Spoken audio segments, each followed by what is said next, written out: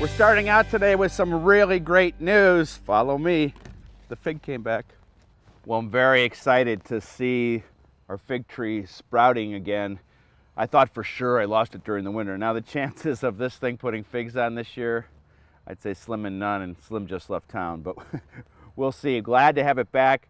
This fall we'll figure out a better way to protect it and hopefully get figs next year, but who knows? All right, let's get to work. So I'm still planting up all my containers, and this guy here I got cheap last year. There's no bottom here, so I've just stuck it in the ground.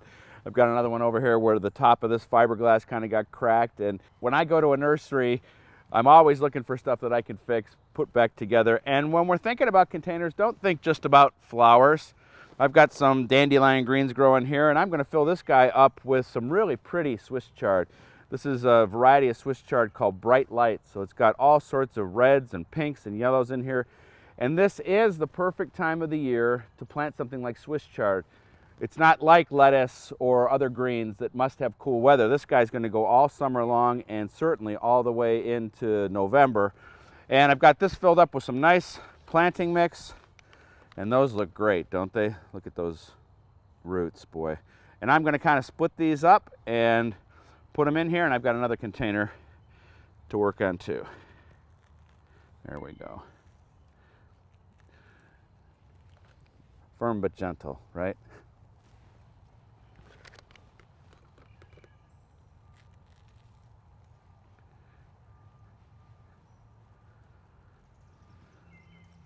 Swiss chard is actually part of the beet family, but it just likes to grow the tops. Won't make a root like a beet will.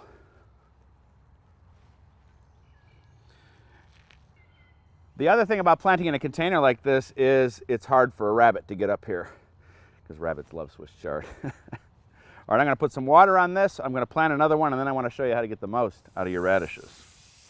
Do you remember last winter we put down some radish seeds? That was winter sowing. I love to do that. A hard-coated seed like that in November gives us something to do.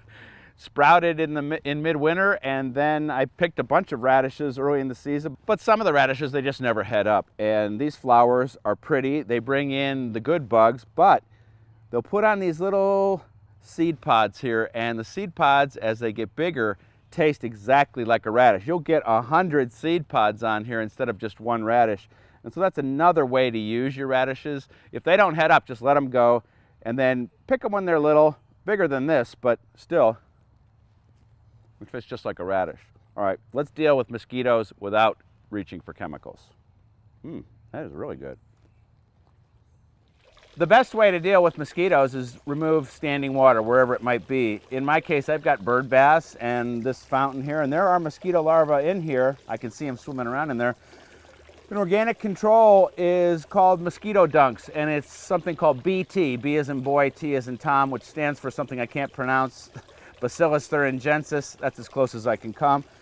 And whenever we're dealing with a pest, and we want to do it organically, we're specifically targeting the pest, and we don't want to mess with the whole balance of nature. And so what this does is it will just affect the mosquito larva, and all we do is take that dunk and throw it in there and let it float around. And for this size fountain, it takes 2. And then I'll put one in a bird bath, and we don't have to worry about any excess mosquitoes. You'll always have mosquitoes, but as I said, if you want to take care of them, get rid of the water or treat the water. That's all there is to it. All right, let's finish up. There's still plenty of time to plant. I'm still filling up my containers, looking for hanging baskets on sale, putting veggies in the garden. I'm almost out of room out there, and that's why I'm using containers for Swiss chard and other things. But be sure to check me out online. That's where you can follow me on my upcoming trip to Ireland. I'm going to be posting from those gardens every day. It's going to be a lot of fun. And that's also where you can be a member of my Seed of the Month Club. Would love to see you on there. Until next week, I got to pack and get ready for Ireland and get everything planted. We'll see you then.